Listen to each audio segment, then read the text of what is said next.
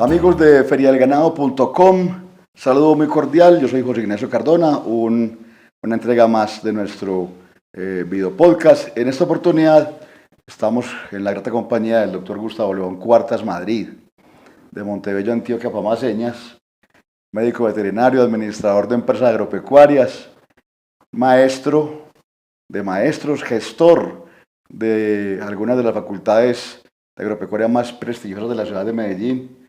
Y pues entre unas y otras pues tuve el privilegio de que fuera mi decano y mi profesor en mi época de universidad en la Corporación Universitaria Lasallista, de aquí de la ciudad de Medellín. Gustavo, qué placer, hombre, que nos acompañes el día de hoy, siempre tan amplio. Te dije inmediatamente, no, listo, vamos a hablar.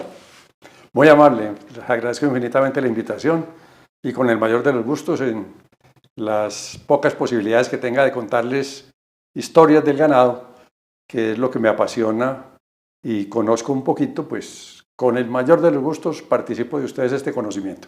Gracias, Gustavo. Ve, el tema es que damos como por hecho el gremio. Se nos vuelve como paisaje, como tantas cosas, ¿no?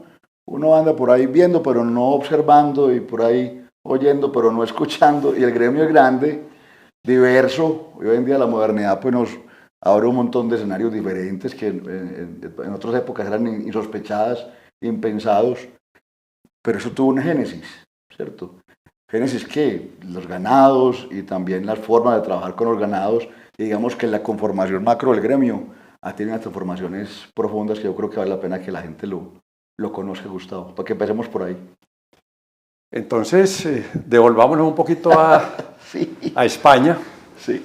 Por allá por el año 1560, 1570, con los primeros viajes importantes, ya no de descubrimiento, sino de colonización de estas tierras por parte de todos los émulos de Cristóbal Colón, cuando empezaron en las Islas Canarias a introducir dentro de sus barcas ganados, unos ganados con un origen del retinto español, unos ganados de color castaño, tamaño mediano, mansos.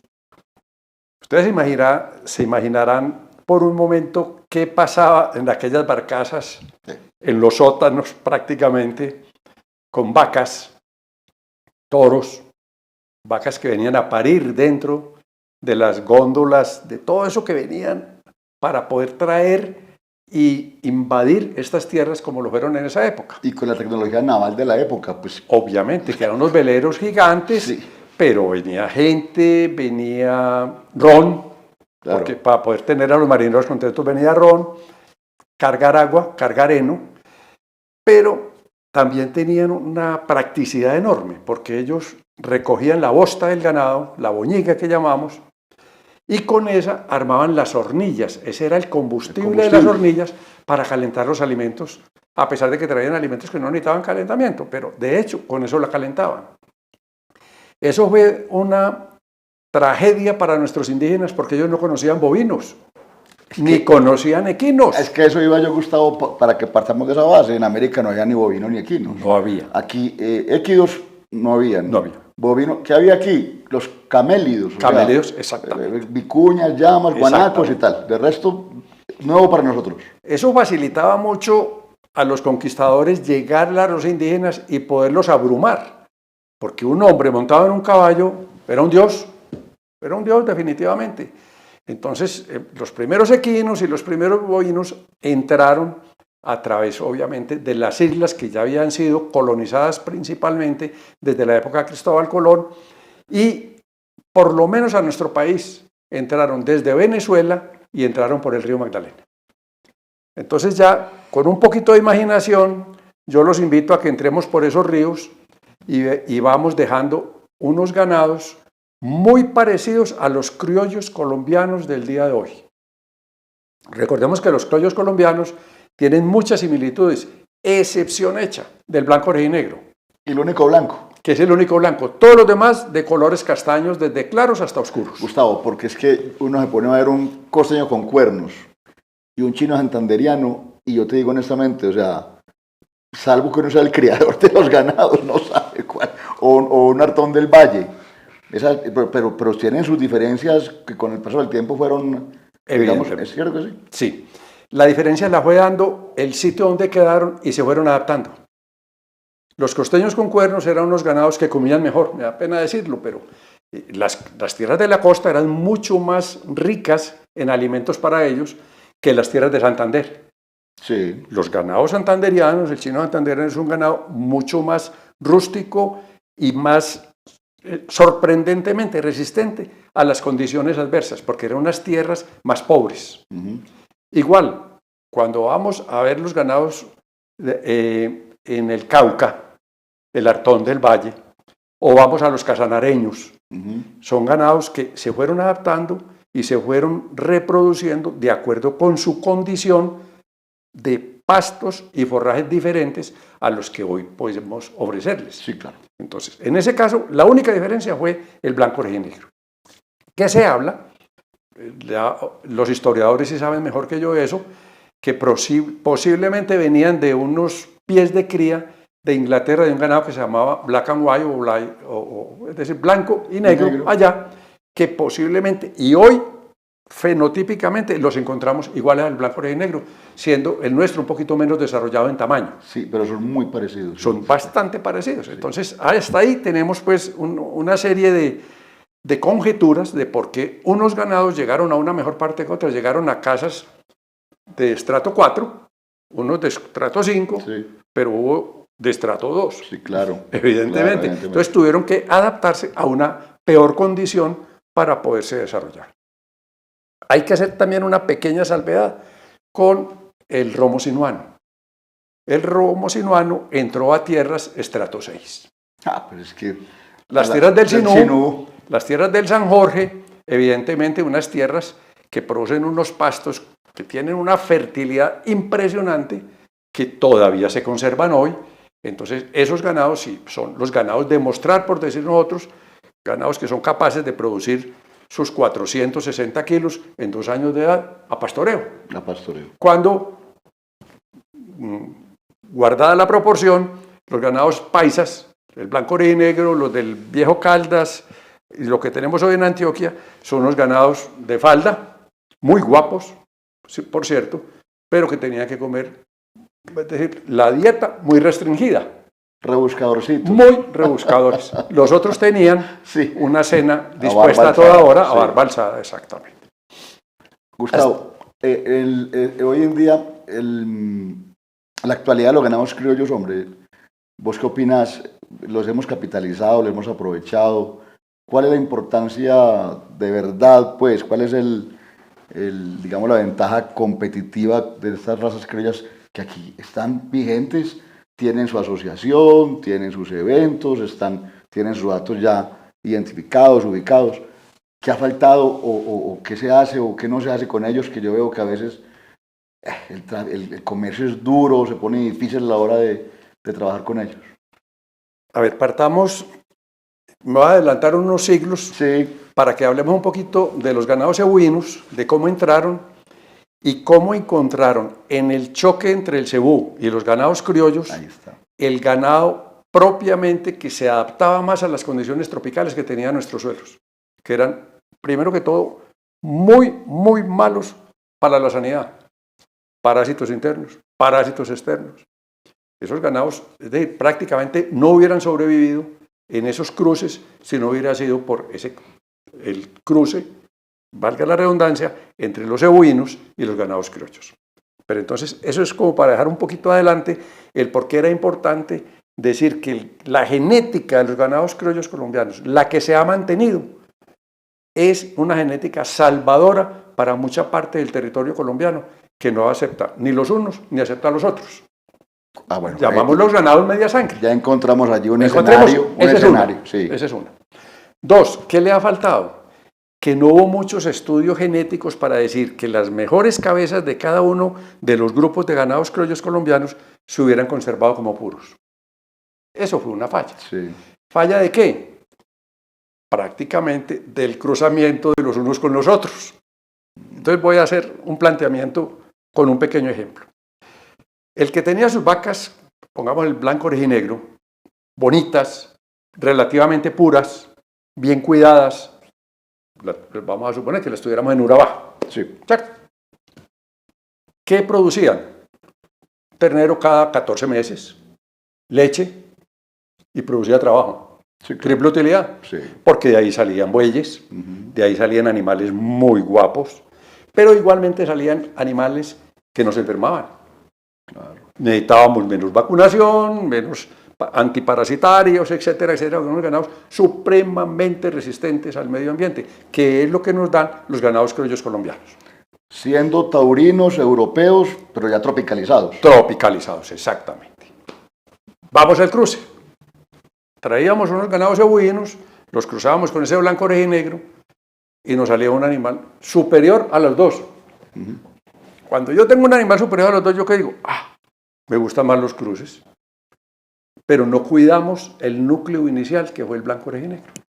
Pero igual pasó con el chino santanderiano, pasó con el costeño con cuernos, pasó con el artón del valle, con el casanareño, etc. Entonces, no los contemplamos como los debíamos contemplar, sino que nos pusimos a ver, no es mucho mejor el media sangre, porque yo el media sangre lo sacaba más rápido para carne, o producía más leche. Entonces ya entra el negocio de la leche dentro de estas razas. Entonces ya miramos es el artón del valle, un ganado más lechero siendo criollo. Entonces vienen una serie de cruzamientos y la gente comienza a absorber las razas criollas colombianas con relación a otras razas europeas o el cebú. Bueno, entonces ya hablamos de cebú, pues para hablar después del rey del trópico, pues, una raza pues, sintética, ¿cierto? Sabemos que son índicos, pero originarios del Golfo de México y tal. Fue como a principios del siglo XX que de pronto llegaron las primeras importaciones de cebuinos. Y luego hablamos del Holstein, que eso es otro cuento que también partiendo aquí la historia. Bueno, voy a contar una anécdota de cómo se conoció el cebú. Realmente, antes de las importaciones legales al país del cebú, cuenta la historia. Son historiadores. Le voy a poner un poquito de picante porque eso no está en los libros. Entraron un toro cebuino que, si mal no me acuerdo, se llamaba el toro Palomo, en un circo. El circo venía por el río Magdalena y empezó a parar en cada uno de los pueblitos. Entonces la gente, muy ociosa o muy inteligente, cuando el circo estaba en descanso, en las horas de la noche le traían vaquitas en celo. ¿Qué vaquitas le llevaban? No, las criollas. Las criollas. Lo que teníamos nosotros. Nunca habían visto un animal con una jiba, que era lo que atraía en el circo, el tamaño, los cuernos. Se dice que posiblemente era un toro Gusera o un Nelore, porque eran unos cuernos diferentes. El Gusera los tenía distintos a los criollos, igualmente el Nelore, no sabemos mucho de eso, pero en la medida en que iba parando, el toro en las horas de la noche hacía sus escapaditas, hacía sus visitas de noviazgo a las vacas criollitas colombianas y el circo continuaba, río abajo, río abajo, río abajo. Las primeras crías que nacieron enloquecieron a los ganaderos. Ya tenían ese choque sanguíneo del Bos Indicus con el Bos Taurus. Y los propietarios, todos ganaderos, orillas del río Magdalena, ¿qué hacen? Enloquecidos buscando el toro. ¿Dónde está? ¿Dónde está el toro? Entonces ya comienzan los chismes. No, el toro debe estar por Magangué, o el toro debe estar llegando a Barranquilla, o el toro debe estar, etcétera, etcétera. Vamos a buscar ese toro. Y de ahí aparece ese interés inusitado en buscarse esa raza que daba ese media sangre afrijolado, bonito, cuando era por aquí con el blanco orejinegro, pero si era con el castaño del Valle del Cauca o si era con el santanderiano, etc., con todo daba en ese cruce. Evidentemente se abrieron los ojos y dijeron, hay que buscar los ganados cebuinos. Sabíamos que estaba en Brasil. Brasil fue el primero que trajo de la India ganados cebuinos, principalmente Gusera, Nelore, eran los que válidamente salieron, Gir posteriormente.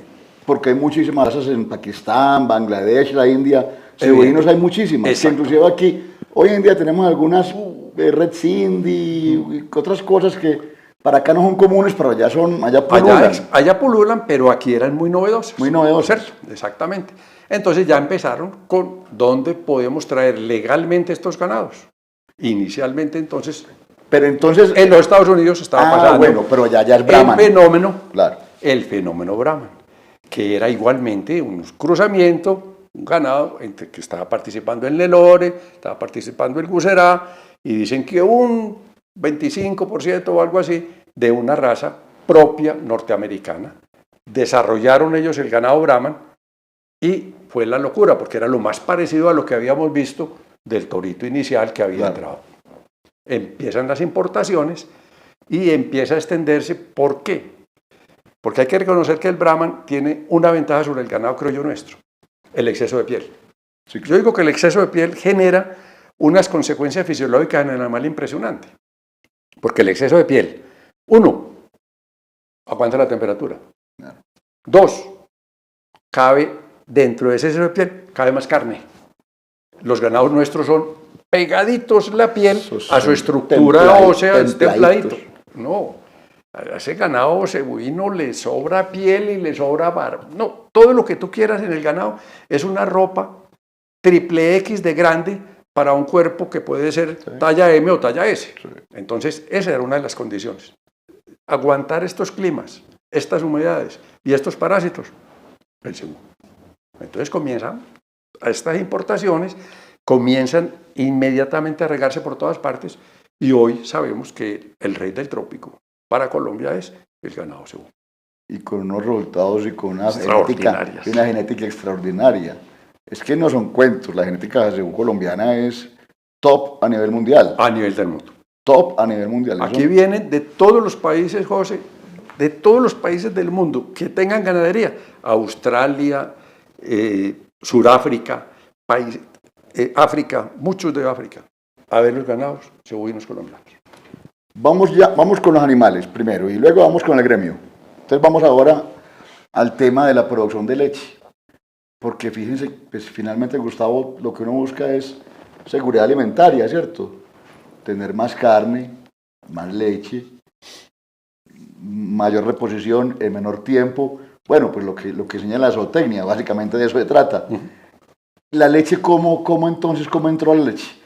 Teníamos nuestros criollos con la lechita para el ternero y tal. Correcto. ¿Y ahí qué? Pero había, dentro de los criollos, había unas razas que tenían más posibilidad de producir. El blanco y negro y el Artón del Valle eran como los más notoriamente productores de leche. Entonces, ¿qué era lo que hacía? Se llamaba el negocio de las dos tetas. El ternero se llamaba dos y tú sacabas dos. Claro. Entonces, teníamos ternero, que después se iba a cebar, y teníamos la leche para la casa. La gente igualmente, el ganadero es una persona muy observadora. ¿Qué iba viendo? Que había unos animales con más orientación hacia la producción de leche. Entonces ya no daban los 6 o 7 litros de leche que normalmente daba una vaca, de los cuales 2,5, 3 se los tomaba el ternero y los otros 3 se quedaban en la casa, ¿cierto? Y encontraban que había una vaquita de 10. Claro. Entonces esa ternerita, vamos a contemplarla, la hija de esa. Y hay un toro por allá que parece que todas las hijas son más lecheritas. Venga, yo sirvo mi vaquita con ese ternero. Y comenzamos a diferenciar en la producción toros más lecheros, todavía estoy hablando de las razas criollas, que otros. Y había unos con más producción de carne. Entonces ya comienza el ganadero a decir, no, si yo quiero terneras lecheras, le aplico este toro. Si quiero terneros para la ceba, este otro toro. Entonces ya comienza el interés principalmente del ganadero a decir, yo estoy buscando para mi finca leche, me especializo en leche, vendo mis terneros y compro terneras de leche. Sí. Entonces vamos pensando en eso. Pero otros anteriormente ya habían hecho el trabajo con unas razas que se iban especializando cada vez más en la producción de leche. Y es cuando aparecen entonces las famosas razas lecheras, todas ellas, Bos Tauros, todas son taurinas, que viene la pelea, ¿cuál es la raza que más se adapta entonces a nuestro medio? Y comenzamos a hacer ensayos. Los ganaderos, aquí hubo ganaderos que iban a las exposiciones de leche en el mundo, se traían las vacas y las vacas la mitad se les morían en 5 o 6 años. No había adaptación. Anaplasma. ¿Por qué razón? Porque es que nosotros somos una temperatura y una humedad completamente distinta a los países nórdicos. Entonces decimos, no, estas vacas no me sirvieron, pero había unas que mostraban más resistencia. Entonces ya comienza otro tipo de transacción y diferenciación racial. Entonces tenemos unas razas que dan mucha leche, demasiada leche, pero por su condición corporal y por su condición de alimentación y todo lo demás, pueden dar un poquito menos grasa, un poquito menos de proteína, que es lo que en este momento se está pagando. La grasa, la proteína y los sólidos totales. Siempre hay que sacrificar algo, ¿no? Algo. Felicidad completa no hay. Felicidad completa no hay. hay. No tenemos la vaca que dé bastante leche, que tenga bastantes sólidos totales, que tenga la mejor grasa y que tenga la mejor proteína. Eso no va a existir. Entonces, las que más leche producen, castigan un poquito esos elementos. Las que menos leche producen, no los castigan tanto. Entonces, tenemos unas razas lecheras con alta producción de sólidos totales, ¿cierto? Entonces, la pregunta queda en el productor. ¿A qué le apunto? ¿Al volumen o a los sólidos? Y a la adaptación. Y a la adaptación. O sea, ¿dónde encuentro el punto medio? Pues, y según tu tierra, y porque es que la relación, eso es el postulado básico, la relación suelo-planta-animal. Exacto. Eso sí es pues, sí, y toda la vida será lo mismo. Y hay que poner el cuarto, la inteligencia ganadera. Que la inteligencia ganadera tiene que empezar a pensar hoy, el que sea inversionista en ganadería, tiene que pensar, yo tengo una finca y yo la quiero llenar de una raza X lechera. Si no está adaptada, usted puede hacer las inversiones que quiera. Esa raza no le va a funcionar. Así es. Entonces hay unas que funcionan muy bien, esas son las que yo debo entrar a pensar que deben ser la raza que yo debo tener para mi sitio específico. Entonces entra la inteligencia ganadera ahí. Gustavo, ya cómo se va ya como armando como el tema del gremio, la gremialidad, porque claro, la gente arranca con sus ganados y tal, pero definitivamente tiene que haber una directriz o algún tipo de gremio que... Pienso yo, eso es una sugerencia respetuosa que yo hago. El único sitio donde se reunían todos los ganaderos a compararse esos ganados eran las ferias. Entonces yo tenía necesidad de vender ganados, entonces yo me iba para la feria local. Hablemos si estamos en Medellín, en la feria de Medellín, si estoy en Marinilla, en la feria de Marinilla, en la de Río Negro, en la de Montebello, y allá se encontraban 20, 25 ganaderos con necesidades de dinero, de liquidez, entonces saco mis animalitos a la venta. Y comienzan las comparaciones. Sí. Eso no puede faltar. Necesariamente. Con el debido respeto, el reinado de belleza del ganado. Claro. Y aquí no era tanta la belleza, sino cuánto valía en cuanto al precio. Entonces, evidentemente, un animal bien desarrollado, bien pelizado, bien sano, valía más. ¿Por qué? Porque se supone que para el carnicero va a tener un mejor rendimiento o para el lechero me va a dar más leche. Eso es así de sencillo. Entonces, vienen las comparaciones y las conversaciones. Entonces, entre trago y trago, José, ¿qué toro estás usando que mira esas terneras tuyas tan bonitas que vendiste al mejor precio de la feria? Hombre, yo me conseguí un toro de tal parte, ahora como existe la inseminación artificial, pero anteriormente era toros. Hombre, un toro que le compré a un ganadero de tal parte, de Gamarra, y ese señor dicen que tiene los mejores toros cebollinos. Ah, listo, yo voy para Gamarra.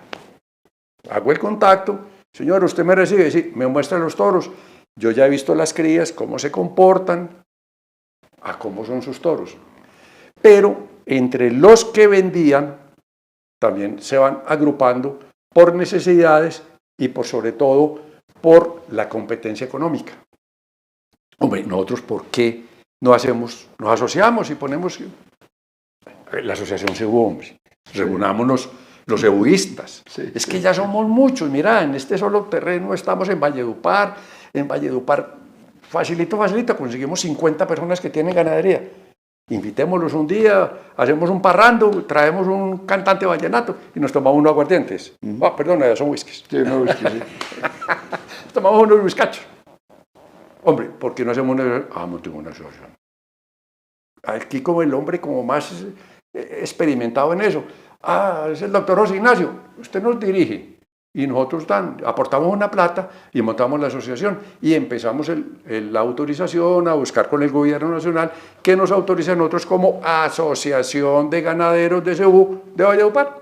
Pero igual, cosas podrían estar haciendo los del Valle, los antioqueños, etcétera, etcétera, ¿cierto? Se unen y conforman siempre habrá un liderazgo, una junta directiva y se inicia con eso. Y dentro de los estatutos, lo primero que dicen es, los que tengan que pertenecer a esta asociación, verbigracia y la asociación CEBU que estamos hablando, deben tener estas condiciones. Como ganaderos, manejar la genética para que no vamos a perratear, entre comillas, la raza, que siempre sean toros CEBU de buena característica, que los que importen tengan que tener el visto bueno de nosotros, bla, bla, bla. ¿Usted está de acuerdo con eso? Se afilia y paga una cuota. ¿Usted no está de acuerdo? No se puede afiliar, papito. Entonces nunca sus ganados van a ser puros. Y abren los libros genealógicos. Es fundamental. Fundamental, porque eso es lo que vamos a decirle nosotros y a garantizar que quien nos compre un animal, esta genealogía que está respaldada por su asociación es correcta, no es tramposa, ni está diciendo mentira. Y los ganaderos en eso somos, bueno, somos buenos negociantes, entonces no vamos a decir, este es el mejor toro del mundo. Un momentico, a ver, camina a ver que aquí no está, aquí, esto no figura. Aquí no figura. Aquí no figura. Es que eso lo damos por hecho hoy en día, Gustavo, porque hoy en día uno va en internet, entra a SOCEBU, la comercializadora, Fedegan, por favor, el tamaño de Fedegan, o sea, que es un gremio gigantesco. Gigantescos, con una influencia absoluta, o sea, manejan información de a todo nivel. Hoy en día eso para uno está como ya hecho, pero eso tuvo una génesis y una historia larga de sentarse en un parrando vallenato, digamos, aquí una reunión. Exacto. Y así me imagino que también estructuró la gente de la Holstein y la Jersey, y cuantas razas estén en el país, pues tendrán su gremio. Gustavo, ahora, alguna vez me comentaste, me interesa mucho saber del tema, de este tema, cómo era el trabajo de extensión de ustedes, los profesionales de aquella época, en las regiones, precisamente para eso, para que el ganadero mejorara su leche y su carne. Hay dos cosas. Acabamos de tocar el tema de las asociaciones. Las asociaciones, ¿qué es lo que pretenden? Que su raza permanezca pura, de buena condición y que todos los mejoramientos genéticos se apliquen a la raza, en forma ordenada, sin ningún problema, sin trampas, sin... Muy bien. Lo otro era la extensión. La extensión. Hacia 1900, que... Bueno, no voy a dar fechas porque de pronto me olvida y me calculan la edad. La idea es que había en la Secretaría de Agricultura del Departamento de Antioquia, había un interés marcado por desarrollar los campesinos y las familias de los campesinos, fueran agricultores o fueran ganaderos. Esa secretaría tenía escrita unas funciones muy específicas para desarrollo rural en las regiones del departamento. Te estoy hablando de la de Antioquia porque es la que conozco, pero evidentemente que puede ser que Córdoba también la tuviera o no sé. Bueno, entonces, continuemos. Esa Secretaría de Agricultura tenía trabajadoras sociales, personas especializadas en familia que ayudaban en eso, tenían personal masculino también que acompañaba a todas las... y llegaban a las casas no solamente a ocuparse de lo que era el manejo del hogar, sino la salud familiar del hogar a nivel del campo. Eso es la secretaría. Y nacieron, por el otro lado, los fondos ganaderos. Los fondos ganaderos también tenían una función, pero era ya más de desarrollo ganadero y poder poner tecnología a los ganaderos que no sabían de tecnología o que eran empíricos en tecnología. Y para eso tenían una serie de profesionales que acompañaban la labor del ganadero desde el comienzo. Porque estos era un negocio que había muy importante ya entre el sector público y el sector privado en el Fondo Ganadero de Antioquia, que el que te puedo hacer referencia era el departamento de Antioquia con unos inversionistas particulares por el sistema de acciones. Entonces era la mitad de la junta directiva era del gobierno y la otra mitad era del sector privado. Entre todos se reunían, ponían una junta directiva, esa junta directiva ponía un presidente, nombrado entre ellos y desarrollaban una serie de políticas de desarrollo, control, manejo de la ganadería adscrita, pero que tenía muchos rayos de influencia en la zona donde estuviera. Te puedo hablar de Urabá, que es el que conozco.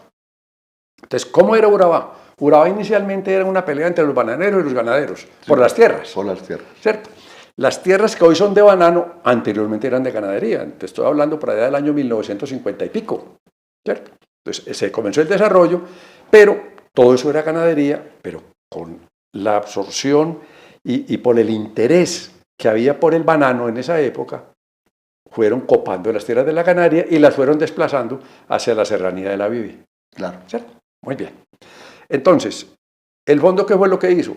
Llegó a estas tierras con unos capitales, que había capitales del Estado a través del Banco de la República, eran vigilados por el Banco de la República, eso era muy serio, y decían, bueno señor, don José, ¿usted qué tiene aquí? Ah, yo tengo una parcela de 50 hectáreas, sembré maíz, pero ya la segunda y la tercera no me dio plata, pues estoy perdiendo plata, pero eso me llenó de pasto. Claro. Yo le tengo el ganado. Yo le doy el ganado a utilidad, le doy una utilidad del 65%, para usted el 35%, pero le entrego crédito para que usted tenga todos los insumos, le doy un profesional zootecnista, un profesional médico veterinario que lo acompañe en la labor, y de ese 65% que yo le estoy entregando, 5% se lo va a dar en acciones para que usted sea socio de mi compañía, que se llama el Fondo Ganadero de Antioquia. Ese era el modelo. Ese era el modelo. Y era el fondo ganadero más grande que había en el país. Pero de ahí, después salió el Fondo de Córdoba, extraordinariamente grande, el de Santander, bla, bla, bla, bla, bla. El de Santander, enseguida podemos hacer un paréntesis, el por qué se dedicó a cuidar especialmente el chino santanderiano hasta que tuvieron una tragedia en la época de la violencia muy miedosa, que, bueno, lo podemos dejar como en un paréntesis. Pero todos los demás, fondo ganadero del Meta, de Cundinamarca, etcétera, había esos fondos ganaderos, pero todos tenían la misma estructura. El Estado lo que hacía era proporcionar dineros a unos intereses más cómodos para que se invirtieran en ganadería y se entregaran a pequeños propietarios, dándole mucho énfasis a la cría, no a la ceba. Entonces había unos lineamientos, 60% tenía que ser para la cría, 20% para el levante y 20% para la ceba. Entonces, porque yo entiendo el concepto de los ciclos ganaderos y obviamente tiene que haber cría pues para que se active pues todo el ciclo. ¿Era esa la razón principal? Porque la razón principal es que la cría, donde comienza la cría, es cuando se comienzan a hacer las tierras ganaderas. Las tierras no pueden comenzar a ser ganaderas con ganados de ceba. Sí, no puede. Se cae de su peso. Sí, claro. Yo como profesional veterinario iba a la finca, vea don José, esta tierra es apta para el ganado, pero esto está en un rastrojo muy impresionante, entonces le voy a dar inicialmente, le voy a dar unas novillas y un toro, las preñamos, y todo eso que está produciendo es utilidad. Todo, porque ellas van a ganar peso, van a dar crías.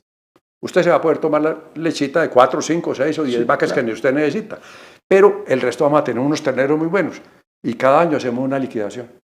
Y lo que usted tenga de utilidad, lo que tengamos de utilidad, 65 para usted, 5 en acciones, 60 en plata, o en lo que quiera. Porque también tenían la opción, el depositario, de decir, no me dé la plata porque es que en este momento no la necesito, porque yo también tengo una parcela allí de maíz y con el maíz me defiendo. Démela en ganado, porque es que aquí hay unas vaquitas que me gustan. Se colocaba un precio, lo que se llama un bollobán, para usted o para mí. Estas vaquitas, esta vaquita que usted está interesado, se la voy a entregar a usted en 1.300.000 pesos. Parida, con su cría. Yo le puedo pagar el 1.300.000 o usted se queda con ella en 1.300.000 para que fuera justo el negocio. Sí, claro. ¿Cierto? Vienen las dos direcciones.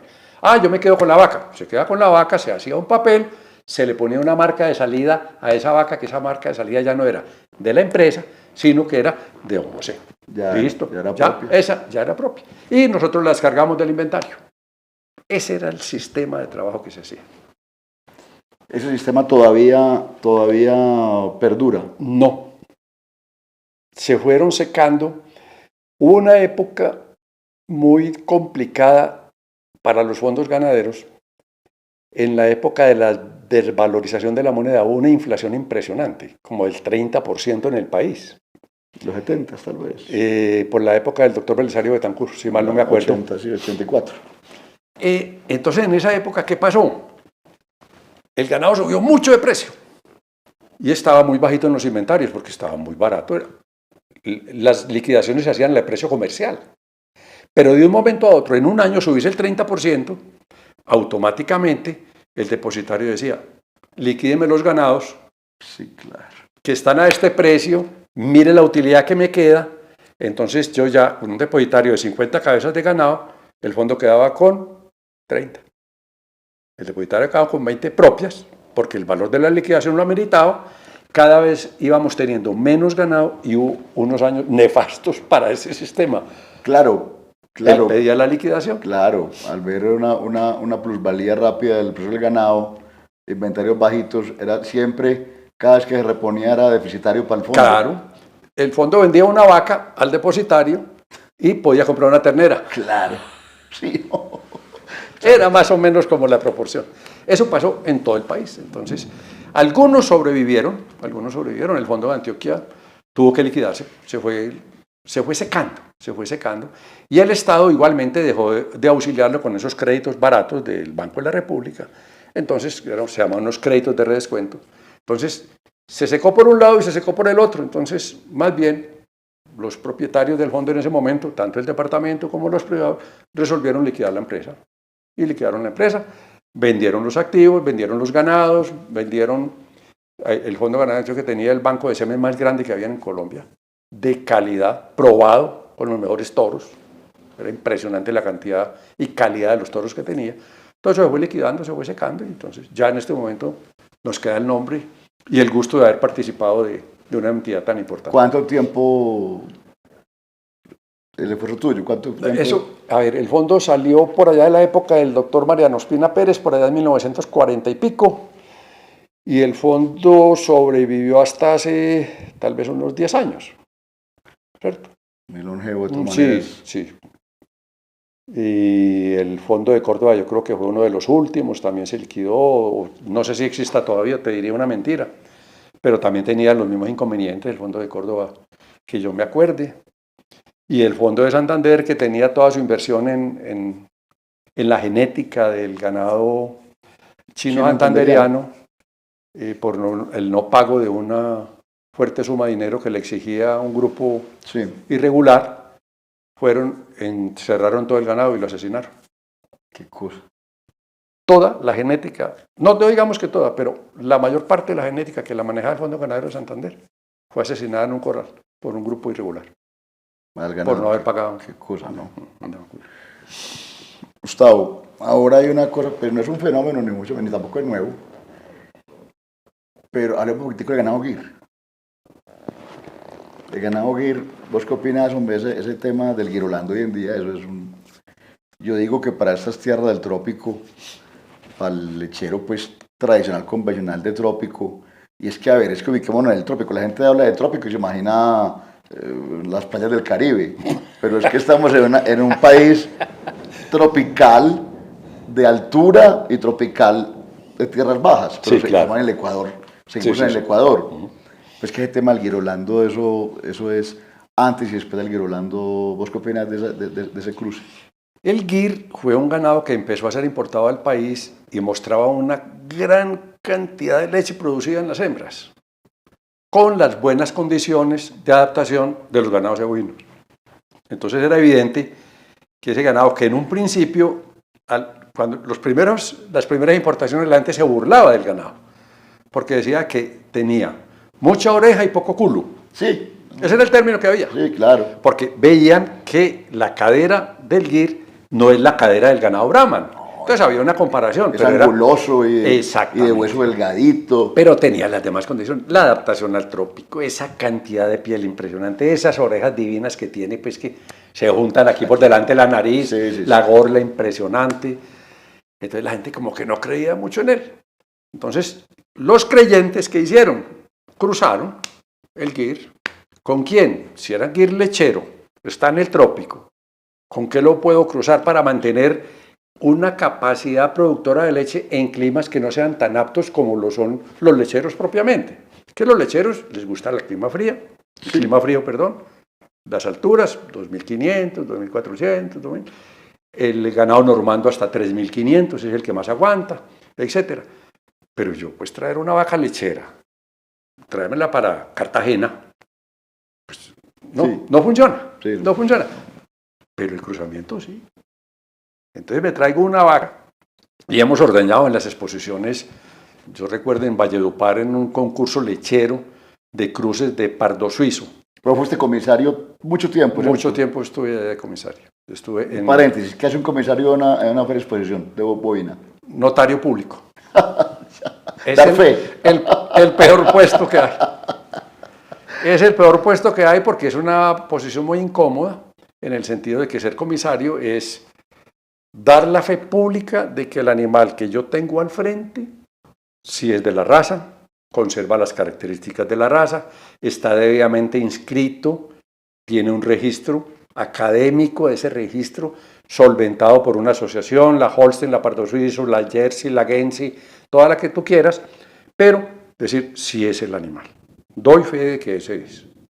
Y adicionalmente, yo tuve el gusto de ser director de pista. Sí. Entonces, veía los animales en el establo y después los volví a ver en la pista. Entonces, es como una doble condición. Entonces, me permitía como el doble gusto, por decirlo Claro. así. La gran responsabilidad de trabajar como comisario, pero el gusto después de verlos y participar. No fui juez. Quiero ser muy claro que no fui juez. Nunca tuve esas capacidades. Aquí hay unos jueces espectaculares que saben de eso. Entonces, yo simplemente les narraba y le contaba a las personas que estaban en el evento por qué esta vaca fue la primera, fue la segunda, fue la tercera, fue la cuarta, etcétera, etcétera. O por qué este toro es mejor que este. Trataba de hacerlo académicamente, entonces, esa era como mi función. Volvamos al GIR. Sí. Ahí está. Entonces, volvamos al GIR. Entonces, empezaron a ver los cruces y a encontrarse que había unas novillonas que antes todo el mundo debería pensar, esa novilla debe ser de 10, 12 kilos de leche. No, de 20, 25 kilos en el trópico. Es que recordemos que el trópico no está diseñado para producir leche, pero en este cruzamiento se viene semejante cantidad de leche en animales media sangre. Y fue donde empezamos a trabajar con inicialmente en media sangre, pero había que buscar posteriormente que fueran más lecheras, razas más lecheras, 5 octavos, 3 octavos. Sí. Buscando como esa condición. Y ahí sí podemos hablar del GIR lechero, en esa condición. 5 octavos, 3 octavos. Entonces, pero una cantidad de leche. En estos días estaba viendo yo en el Facebook una vaca como de 35 litros. Espectacular, sobre todo con un cuerpo y una ubre que se desenvolvía perfectamente en el pastoreo, en una finca, a 35 grados centígrados, al sol, comiendo. Sin problema. ¿Eso cuándo lo teníamos nosotros en una raza lechera? Nunca. Nunca. Porque es que hay que tener en cuenta algo, amigos, porque es que ese tema de hacer leche no es un reto metabólico tremendo. Tremendo. Hablando pues ya desde el punto de vista metabólico o veterinario Y Gustavo, fisiológico. y fisiológico. O sea, necesitamos una gran cantidad de oxígeno. O sea, ATP, energía permanente, Sí. para producir la gotica de leche, pues. Sí. Necesitamos una temperatura confortable para ellas. Que se sientan bien. 12, 13 grados, tal. Y una buena comida. Y aquí les entregamos eso a una vaca Holstein, le entregamos para 2.600 metros, sin oxígeno. Entonces, el reto para esa vaca es tenaz. Que fue el error que cometieron muchas personas que teniendo el dinero pues suficiente y el gusto por la raza, se traían animales que venían del norte, hablemos claro de los Estados Unidos, se traían de una exposición una vaca espectacular, la mejor del mundo, allá están a nivel del mar, con todas las condiciones, la mejor comida del mundo, y la traemos aquí para que esté a ese mismo nivel. A 2.600 metros tenemos casi que la mitad del oxígeno. La mitad del oxígeno. Entonces, que una vaca de esas para sobrevivir, ¿qué necesitaba? Un tanque de oxígeno en la espalda. Y uno con un tanque de oxígeno en la espalda no come. Esas vacas todas con mal de altura, con ese pecho. Tenían con ese edema. el edema, exactamente, venían el mal de altura. ¿Qué terminábamos? Sacrificando la vaca para que no sufriera. Entonces, esas cosas se han ido, lo que se ha buscado con los cruzamientos entre leche, razas ebuinas bien lecheras, es poderlas bajar a nivel del mar.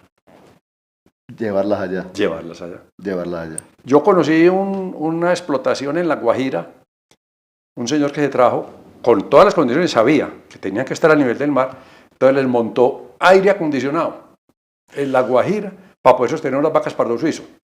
Pardo suizo. Sí. ¿A cómo le salía el litro de leche? No, en esa época, el litro de leche, por decir alguna cosa, valía 500 pesos en la ciudad, a él le valía a 1.500. Sí, claro, por supuesto. Entonces, porque le cumplía las condiciones, estaban muy confortables las vacas, pero la leche que daban, con la alimentación que tenían, a ese costo de energía eléctrica no le daba, porque no había pastoreo, no podían salir, se enloquecían las vacas. ¿Cuánto se demoró? Hablemos de esta zona del altiplano norte antioqueño, pues que es la que vos conoces perfectamente bien, yo también la conozco, pero también podemos de la sabana Bogotá o del departamento de Nariño, donde hay Holstein. Sí. Hablemos de la raza Holstein, pues que es la que más produce leche pues, en volumen. Hombre, esas vacas cómo aprendieron a manejarse allí. Pues, ¿cuánto tiempo se invirtió para eso? Inteligencia ganadera. Los ganaderos, con su observación, van encontrando cuáles animales tienen una mejor adaptación de acuerdo a su condición local. Entonces, hablemos de una persona de Yarumal, ¿cierto? Hablemos de Yarumal, 2.600 metros. Al principio, estas terneritas no pelechan, pero hay dos que pelechan. Es el término que ellos dicen. Entonces, ¿cuáles debo dejar? Estas. Las que no pelechan, ¿qué? No comen, peludas, enfermas permanentemente, Revejidas. tosen. Entonces, Tan chiquito. y por arte de vivir y virloque, o por parte de la genética, o por parte de la adaptación que tenía la mamá, pues genéticamente le transmitió eso a estas muchachas y estas terneritas fueron creciendo mucho mejor. Me quedo con estas y estas las descarto. Y van haciendo una selección, que no es una selección natural, es de inteligencia ganadera.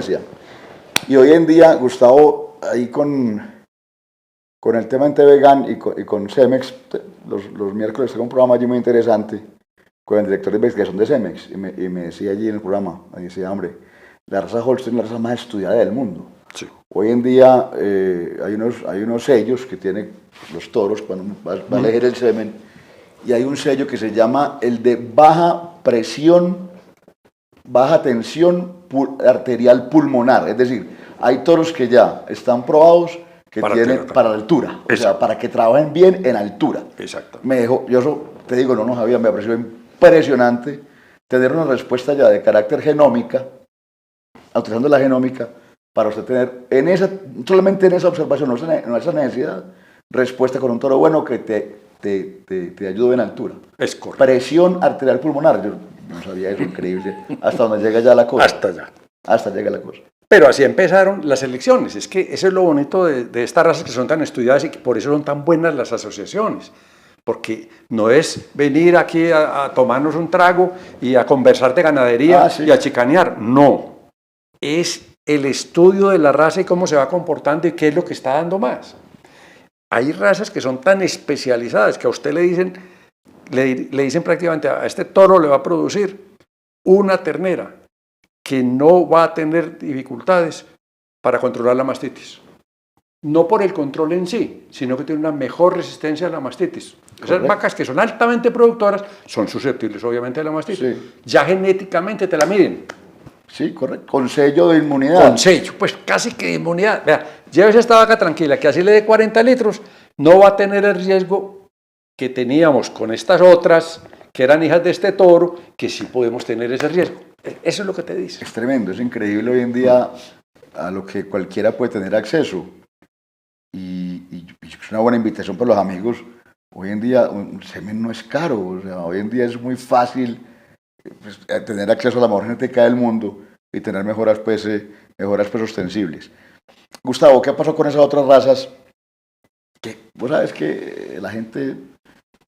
Usted nos enseñaba, usted nos decía, no hay razas malas, ¿cierto? Cuando hacíamos el repaso de todas las razas, ni nada. Simplemente hay que conjugar un montón de cosas y adaptarse a las condiciones de un montón de variables y de cosas y tener un equilibrio, digamos, sano. Pero, hombre, ¿qué pasó con el cimental, Gustavo? Yo soy enamorado de esa raza, pues, porque me parece que es mejoradora, mejora lo que usted le ponga, son guapas, son longevas, tienen buena ubre, buenos pezones. Buena leche. Buena leche, buena calidad, apretan, si son machos se pueden guardar, si son hembras se pueden guardar también. ¿Y qué le pasó? Que la veo como en declive en este momento en el medio, una raza tan interesante. Ese fenómeno, ¿por qué se da? Como que llegan y desaparecen y bueno, en fin. Vea, una anécdota inicial para el Cimental. Sí, lo que tú dices es verdad. Una cantaleta que yo le decía a mis colegas cuando yo era su docente o su orientador, porque yo nunca me sentí maestro, sino que era un orientador, simplemente ellos eran los que estudiaban lo que aprendían. En Barbosa. En Barbosa había un núcleo muy bueno de raza Cimental. Su propietario se preparó todo para tenerla como la mejor y realmente era la mejor. Pero te estoy hablando por allá en el año 1980 y pico, casi tocando los 90, hubo una región de Antioquia que tuvo un brote aftoso muy violento. Es más, llegamos a pensar que era aftosa tipo C. A este señor se le murieron, después del parto, se le murieron 3 vacas de esas, más otras crías, ¿cierto? La cría también queda muy susceptible. Y se le salvó una, muy simpática, que estaba también recién parida. Y simultáneamente teníamos un evento aquí en el Palacio de Exposiciones que se llamaba Expo Finca. Sí, claro. Paréntesis. Paréntesis.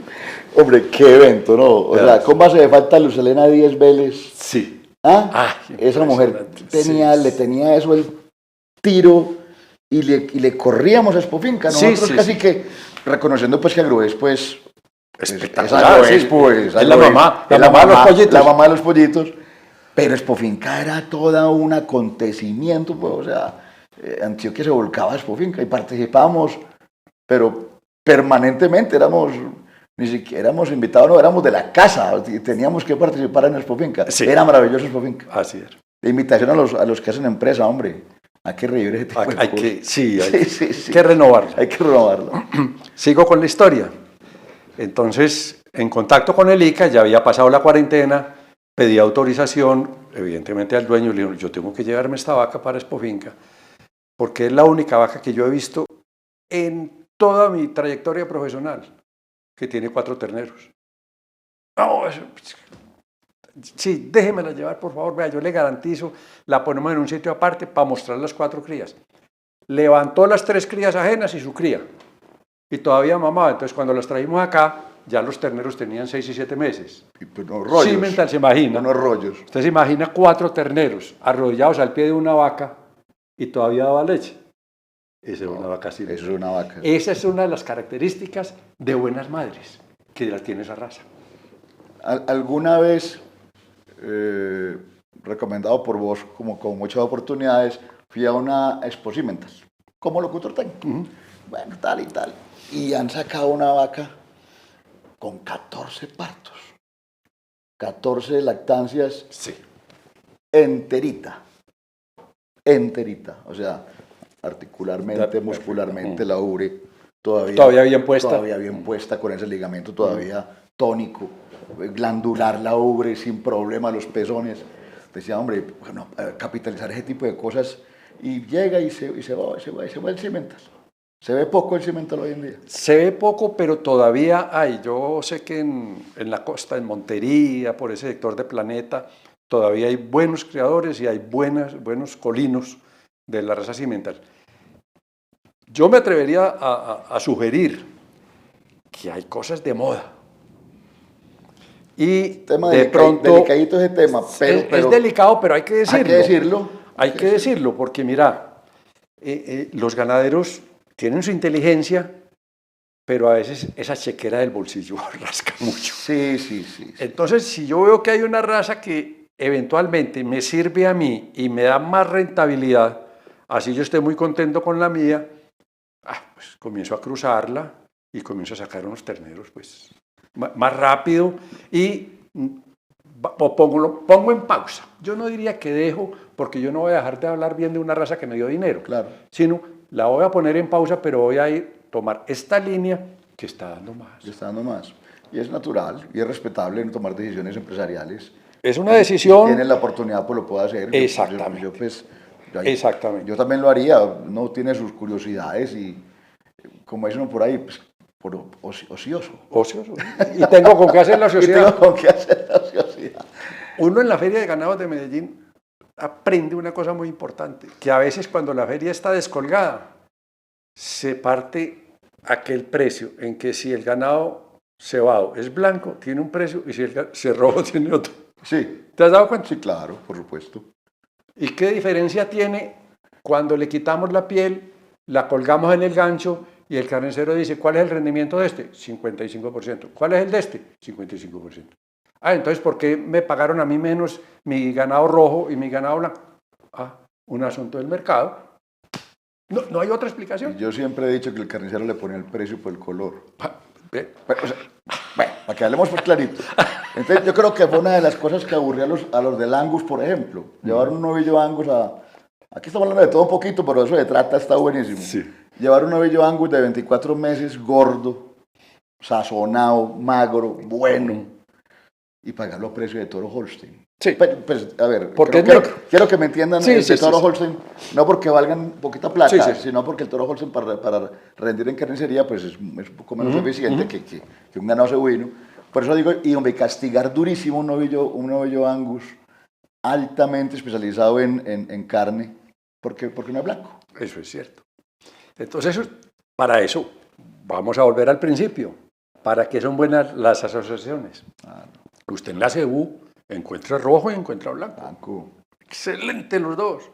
Y se dan madera y salen a las exposiciones. Y han salido exposiciones de blanco y hay salido exposiciones de rojo. Y a ver, camine, vamos a ver, para que vea usted que no hay ninguna diferencia. Dicen, no me consta, que eventualmente algunas vacas lecheras rojas son más lecheras. ¿Qué se van a ver cuándo? Como esas vacas no se ordeñan, se van a ver en el momento del destete. Claro. Pues un destete rojo de 340 kilos pesar, y el otro de 330. Entonces el otro dice, no valió la pena, 10 kilitos. Pero bueno, Sí. ese es como, pero no le encuentro ninguna diferencia. Pero comercialmente uno a veces no encuentra explicaciones. Yo no encuentro explicaciones. Es muy extraño, y son cosas que son como raras en el mercado. Una novilla Holstein roja vale más que una novilla Holstein negra. Usualmente en los mercados, pues, digamos, en el comercio regular normal de la feria ganadera del municipio, o inclusive de las subastas de Santa Rosa, de Entre Ríos, de San Pedro, un grupo de novillas muy buenas rojas y un grupo de novillas muy buenas negras. En Holstein la roja tiene un incremento en el precio. Pero tiene una explicación. Dígame. La temperatura solar y que puede bajarla a nivel del mar. No hasta a nivel del mar, pero la puede bajar más y tiene una mejor adaptación. Recordemos que una de las partes más importantes para la adaptación de un animal es el pigmento. El pigmento. Y el color. No es lo mismo un animal blanco, como el Brahman blanco, por decir algo, que refleja los rayos solares, que negro cuando no los refleja. Entonces, si yo pongo en tu caso lo que acabas de decir, la novilla negra se come todos los rayos solares. Entonces le pega mucho más duro el sol. Entonces una novilla que a las 10 de la mañana está buscando el sombrío. La roja todavía a las 11:30 está diciendo, no, yo aquí estoy más cómoda. Está rumiando. Sí, claro. Está rumiando. Claro. Está rumiando. Sí, entonces, o si no, póngase un pantaloncito negro en Montería. Exacto. Bueno, esa es ¿Cómo queda? Esa es la mejor opción. Póngase una camiseta negra y una camiseta blanca y vamos a dar una vuelta en Montería. En Montería. A ver, ¿quién dice primero vámonos para la casa? Esa es. Entonces el pigmento y la capa que es el color, sí tienen cierta afectación. Entonces, en ganado de leche, cuando yo estoy tratando de adaptarlos a producir leche en climas más cálidos, más complejos, pues evidentemente que yo me llevo la negra para tierra fría y esta me la bajo un poquito. Claro, puedo bajar, así es. claro Así está. es. Sí. ¿Qué he sabido de pardo suizo? Ese encanto de raza. Y la última vez que yo vi pardo suizo en Nato, establecido fue en un municipio que se llama Alcalá, entre Pereira y Finlandia, que una vía por Cuba, a una finca en el municipio de Alcalá, que es Valle del Cauca ya, vi un hato de pardo suizo, yo nunca lo volví a ver. ¿Vos qué sabes Lo invito a Entre Ríos para que vea hatos de pardo suizo. No me digas. Sí. Qué bueno. Pero podemos hablar de quién es el hato, de una empresa. Es de una empresa ganadera, una persona que ha sido un cultor de la lechería, es un lechero muy importante del departamento de Antioquia. Sí. Y se trajo una importación y tiene un hato espectacular. Yo hace días que no lo veo, pero tuve el gusto, él me invitó una vez a que conociera el hato y mirara, eso es una cosa espectacular. El pardo suizo, acabamos de hablar de las capas y del color, se adapta perfectamente. Yo he visto puro en Valledupar. Sí, es que Valledupar con esa temperatura, es que el calor de Valledupar es bravo, es bravo. Y allá, en el evento que les mencioné anteriormente, de la exposición lechera de Valledupar, sacan ganados puros y ganados cruzados con pardo. Pero los ganados puros, usted los ve pues frescos como una lechuga. El color. El color. El color y el pigmento. Claro. ¿Cierto? El normando. Normando hay que buscarlo alto. El Alto. normando, el altiplano cundiboyacense, por encima de los 3.000 metros. Yo estuve Manizales. Yo estuve en Marulanda, Caldas. Ah, sí, claro. Claro. A 3.400 metros del nivel del mar. Y allá el pastoreo es ovejas de lana con ganado normal. Con ganado normal. Es Ganado el tremendo único para cuajar es muy rendidor. Es betacaseína, ¿no? Sí, rinde la mucho. leche de oro. Sí, sí. Espectacular. Espectacular. Y el queso. Y el queso de Normando. Yo atendí una finca, en una región aquí muy alta del municipio de Caicedo, de Anzá, en toda la cordillera. Allá se tenía el hato más grande de Normando que había en Antioquia. No me digas, eso es Caicedo Occidente. Aquí en Caicedo, Antioquia, sí, Occidente de Antioquia. No sabía, un hato grande de Normando. Sí. Infortunadamente también por problemas de Por grupos de- irregulares, Claro, hubo que liquidar la compañía y hubo que salir con ella de un día para otro a la Feria de Ganados de Medellín, con toros puros importados. Gustavo, yo con vos por aquí que vamos a hablar todo el día. ¿Vos qué opinas de la estabulación? Depende. Sí. Yo con la estabulación hago una comparación. Cuando uno está estudiando y necesita aprender mucho y no necesita distraerse, se encierra. Entonces, eso lo viven las personas que van a hacer especializaciones en Estados Unidos y van a hacer magísteres y doctorados. ¿Qué tienen que hacer? Encerrarse. Encerrarse. Se estabula, entre comillas. Sí, ¿Cierto? sí. Es que la estabulación, cuando es práctica, se hace con tecnología, es excelente. ¿Por qué razón? Porque vas a tener una capacidad por hectárea de pasto consumida, pues 5 o 6 veces más que cuando lo tienes en pastoreo. Los animalistas, entre comillas, ellos no gustan mucho de la estabulación porque dicen, mire, es que esto es como encerrar una gallina para que ponga los huevos. Sí, pero a mí me interesa que la gallina que está en pastoreo, que produce 150 huevos, me produzca 300 y la tengo encerrada en una jaula. ¿Por qué? Porque la cuido más. Claro. Tengo la capacidad mental de decir, aquí está. Bueno, esa es como una historia. En la ganadería, si yo tengo forma de tener el mejor alimento, la capacidad de tener todo el ganado metido en su ambiente, es decir, temperatura, humedad, alimentación, descanso, aseo, yo lo tendría. ¿Qué es más costoso la inversión inicial? Sí, pero después de que el ganado sale, yo le voy a dar un ejemplo muy simple. Con una familia a la que le atendí yo una finca aquí en el Hatillo, no era propiamente una estabulación, pero en la práctica esa era una estabulación. Lo voy a contar. El comedero bien cubierto se alimentaba con gallinaza y melaza. El ganado no salía sino a un patiecito al sol. Estaban estabulados. Estabulados. Y vendíamos novillos de 440 kilos aquí. Se cebaban en 8 meses. Ah, caramba. Ya eso rinde. Entonces, ¿por qué? Porque si yo los tengo en pastoreo, hay más gasto. Es que, a ver, metamos nosotros en la mente de una vaca, de un novillo, para que sea más claro. Si yo tengo que salir a caminar, a conseguirme la comida, después tengo que ir al saladero, después tengo que ir al bebedero, yo tengo un gasto mayor. Pero si yo me siento aquí, comida, agua, alimentación, cuidados, vacuna, en un solo sitio, ¿cuál es mi gasto? Cero. Cero gasto. O muy poco el gasto metabólico, pero voy a aumentar más. O sea, aquí me puedo ganar 850, 900 gramos diarios, cuando en pastoreo, siendo muy buena genética, 750, 800. 100 en bastantes. Eso multiplica y aumenta la chequera. Son toneladas. Son toneladas. Gustavo, yo quisiera que, pero seguramente vamos a hablar después en otros momentos de otras cositas, pero yo quisiera que vos le dieras un mensaje a los que nos ven, a todos los usuarios de las redes. Hoy en día son usuarios pues variopintos, pero mucha gente joven quiere arrancar ese tema y vos sos una buena idónea para que le des un mensaje, un mensaje al que quiere entrar a este bailecito, que es que esto no es, como dicen las canciones ahora populares modernas, es que soy agropecuario y que me de Louis Vuitton y a caballo. Eso no es así.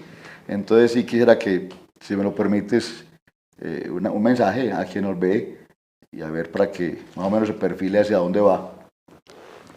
Yo me atrevería no a dar un consejo, sino a dar una opinión personal, de acuerdo a mi experiencia, que lo único que uno necesita para entrar al sector ganadero es pensar como ganado, lo que yo llamo la inteligencia ganadera.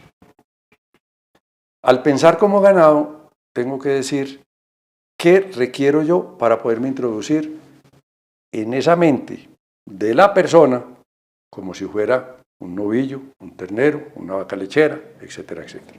¿Y qué me gustaría tener para tener la máxima producción? Entonces les diría, de una, tienen que pensar como ellos. Y lo que tú dijiste al principio, buscar que el suelo, la comida, la condición, la administración y la inversión. Entonces, estoy en capacidad de aplicar esas cosas, meterlas aquí en mi mente y decir, yo estoy con la capacidad de ser ganadero, pero para quedarme en la ganadería, no por la moda que acabamos de mencionar. Eso no, porque eso es un fracaso y siempre va a hablar del fracaso de la ganadería cuando mi fracaso fue personal. Correcto. No fue de la ganadería. ¿Cómo estamos de universidades? ¿Cómo estamos de soporte? El soporte técnico que tenemos hoy es impresionante, impresionante. Mire, yo amo al SENA, porque el SENA con su técnica es lo que le ha aportado al campo colombiano, no está escrito. Sí, no está escrito. Amo las carreras técnicas, porque las carreras técnicas están en un punto intermedio entre el profesional, pero es la persona práctica la que está, la que está al pie de la jugada, como se dice. Profesionales, los que necesite, en la agronomía, en la veterinaria, en la zootecnia. Hoy con la aplicación de todas estas técnicas que hay de computadores, usted puede hacer lo que quiera y programar lo que sea con un excelente rendimiento económico. O sea que tenemos la asistencia, tenemos el manejo, si tenemos la inteligencia artificial y tenemos la inteligencia ganadera, yo creo que tenemos todo. En eso no hay. ¿Qué les pediría yo a las personas que les gusta el ganado? Que busquen el campo. Infortunadamente, ahí sí tenemos una falla. Los profesionales, muchos de los profesionales que nos educamos para el sector agropecuario, preferimos la ciudad, cuando la necesidad está en el campo. Yo ahí sí haría una pausa, pondría mi condición, yo estoy en capacidad y me gustaría irme al campo a trabajar, a meterme entre las vacas, porque a eso me preparé, o me quedo en la ciudad. Esa es yo diría, la mayor observancia. Sí. Decir la mayor observancia, como dicen los sacerdotes, la mayor observancia es, si yo voy a tomar esta ruta, que esté dispuesto a irme al campo. A los que les gusta, obviamente, el campo, porque en las ciudades también hay campo de acción, están los pequeños animales, están los zoológicos, están los laboratorios veterinarios, bla, bla, bla. Pero el campo sí en este momento está desprovisto de la capacidad de los profesionales del sector. Gustavo, un privilegio, un placer hablar con vos nuevamente, seguramente lo vamos a repetir, si lo permites. Y a los amigos de friadeganado.com, pues pendientes de una próxima entrega de nuestro video podcast, esperando que haya sido de su completo agrado, que les sea muy útil esta información con invitados pues tratamos de hablar de manera abierta y correcta y respetuosa de los temas que abordamos. Y bueno, nos veremos hasta la próxima.